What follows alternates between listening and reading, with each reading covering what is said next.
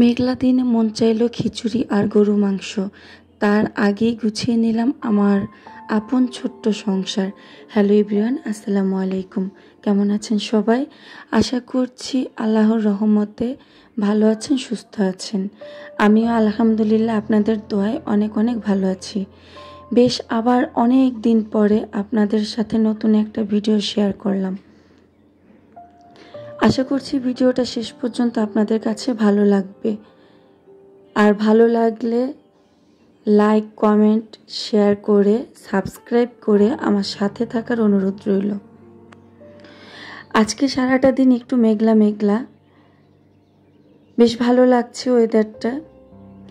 আমার কিন্তু মেঘলা দিনটা খুবই ভালো লাগে। মেঘলা দিনে খিচুড়ি আর গরু মাংস খেতে তো আরও ভীষণই ভালো লাগে। তবে খিচুড়ি আমি একটু কম পছন্দ করি, তারপরও মাঝে মধ্যে খেতে ভালোই লাগে। যাই হোক, সকালের নাস্তা শেষ করে এদিকে আমি আমার বিছানাটা গুছিয়ে তারপর একটু চা খেয়েছিলাম। সেই চায়ের কাপগুলো নিয়ে এসে ধোয়াপালা শুরু করে দিলাম। কিছু টুকটাক ধোয়াপালা ছিল, এগুলা এক এক করে ধুয়ে তারপর পানি ঝরতে রেখে দিয়ে তারপর ঘরের অন্যান্য কাজ করে নিব। এতদিন সবাই কেমন ছিলেন কমেন্ট করে জানাবেন। আর আমার প্রতি তো আপনাদের অনেক অভিযোগের কোনো শেষ নেই, কারণ আমি অনেক বেশি দেরি করে ভিডিও আপলোড দেই, তাই না আপুরা? কিন্তু কি করব বলেন, চ্যানেলটা আমার খুবই শখের একটা চ্যানেল। আমি শখেই চ্যানেলটা খুলেছি, শখেই চ্যানেলে কাজ করি। অনেকবার চেষ্টা করেছি প্রফেশনালভাবে কাজ করার, কিন্তু সেই সময় আর সুযোগ আমার হয়ে ওঠে না। সংসার, বাচ্চা কাচ্চা, নিজের অসুস্থতা, সুস্থতা সব কিছু মিলিয়েই মানুষের জীবন। আচ্ছা, মানুষ যা চায় সবসময় কি তা পায়?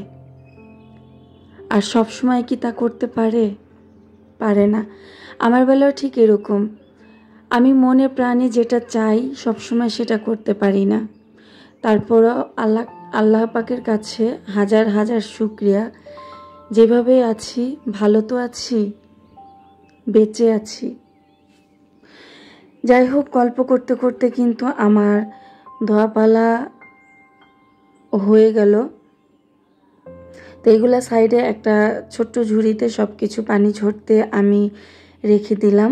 আর এই যে একটা মাছের টুকরা, এটা আমি অফ ক্যামেরায় খুব ভালোভাবে ধুয়ে নিয়েছি। ধুয়ে তারপর সিদ্ধ বসিয়ে দিলাম। এটা আমার বিড়াল সোনার জন্য আমি সিদ্ধ করে নিচ্ছি।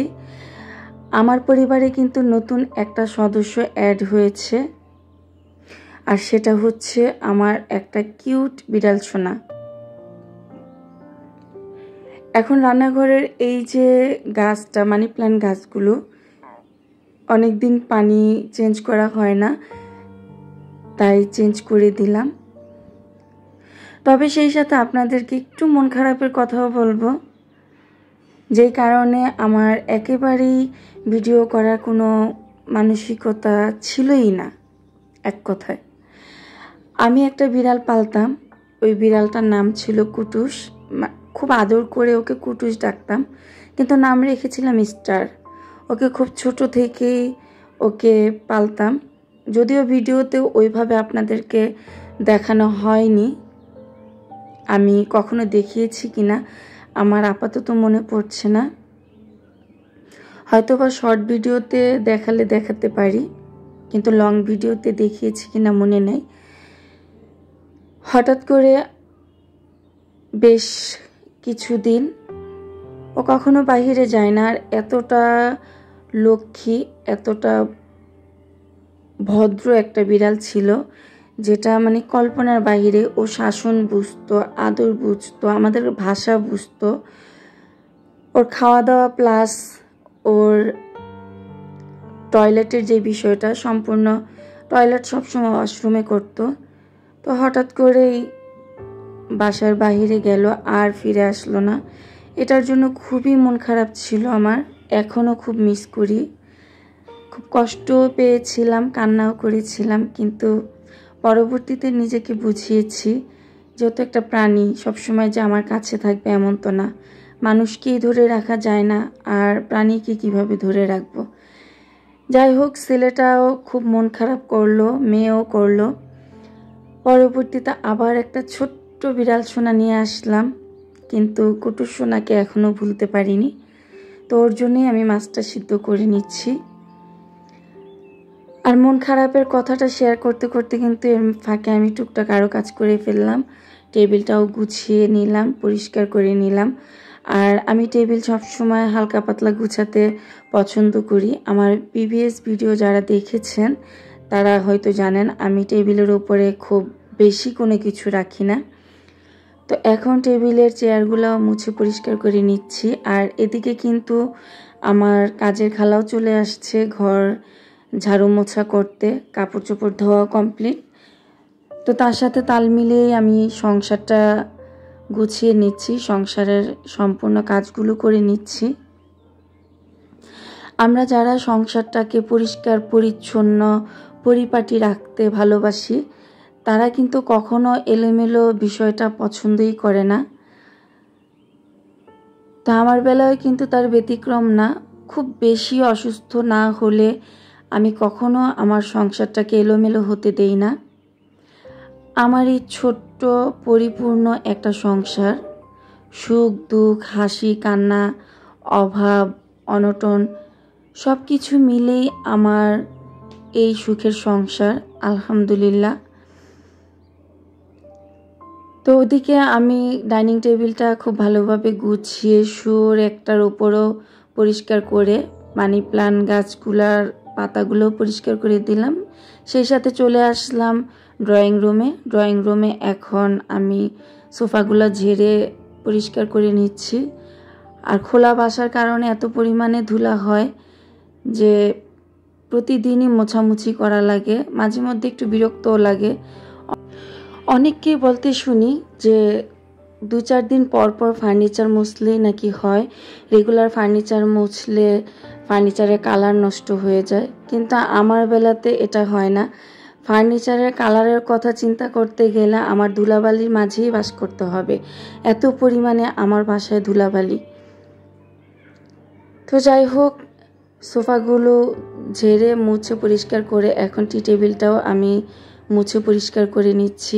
আজকে আর টি টেবিলটা পুরোপুরি ডিপ ক্লিন করব না, 2 দিন আগে করেছিলাম, তারপরও আবার নিচে দেখতে পাচ্ছি ধুলার স্তূপ জমে গেছে। তবে আজকে আর সময় নেই, ভালোও লাগছে না। সংসারটা আমার খুব মায়ার সংসার, তাই সংসারের প্রতিটা কাজ আমি সবসময় চেষ্টা করি যত্ন সহকারে মন থেকে করার। হয় না অনেকে কোনো রকম সংসারটা গুছিয়ে রাখতে হবে তাই গুছিয়ে রাখে, আমার বেলাতে কিন্তু এটা না। আমার যখন ভালো না লাগে তখন আমি সংসারের কাজ এমনিতেই সব রেখে দিয়ে চুপচাপ রেস্ট নিব বা নিজেকে সময় দিব, নিজের মতো করে থাকব। যখন ভালো লাগবে তখন মন দিয়ে সংসারের সম্পূর্ণ কাজগুলো করে নিব। আমার মনোযোগ যদি সংসারে না থাকে তাহলে কিন্তু আমার কাজ সুন্দর হবে না, আমার সংসারটার কাজের পরিপূর্ণতা ফুটে উঠবে না। তাই আমি সবসময় চেষ্টা করি আগে মন স্থির করা, তারপরে সংসারের কাজগুলো করা। কথা বলতে বলতে অনেক দূর চলে আসছি, প্রায় ভিডিওর শেষ প্রান্তেই। তো এই পর্যন্ত যারা যারা আমার সাথে আছেন লাইক দিয়ে পুরাটা ভিডিও দেখবেন আশা করছি। আর আপনি যদি লাইফস্টাইল ব্লগ ভিডিও দেখতে পছন্দ করেন তাহলে সাবস্ক্রাইব করে আমার সাথে থাকার অনুরোধ রইল। আমি কিন্তু ঘর গুছিয়ে অফ ক্যামেরাতে এখানে গরু মাংস আর খিচুড়ি রান্না করে নিয়েছি, ওটা আর আপনাদের সাথে শেয়ার করিনি। আর গরু মাংসটা একটু বেশি করে রান্না করেছি, যেহেতু বাসায় গ্যাসের একটু সমস্যা হয়, থাকলে যেন কালকে দুপুর পর্যন্ত খাওয়া যায়, সেই কারণেই একটু বেশি করে রান্না করেছি। আর বাসায় লোকজনও আছে, দেবরের ছেলে আছে, আরও কয়েকটা মেহমানও আছে। তো সব কিছু মিলিয়ে যেহেতু মানুষ বেশি, একটু বেশি করেই রান্না করলাম। তো এখন খাবারটা খেয়ে নেওয়ার পালা। তো দুপুরে খাবারটা খেতে খেতে আপনাদের কাছ থেকে বিদায় নিয়ে নিচ্ছি। ভালো থাকবেন, সুস্থ থাকবেন। দেখা হবে নতুন আরেকটা ভিডিওতে। সেই পর্যন্ত সকলের প্রতি দোয়া রেখে আল্লাহ হাফেজ।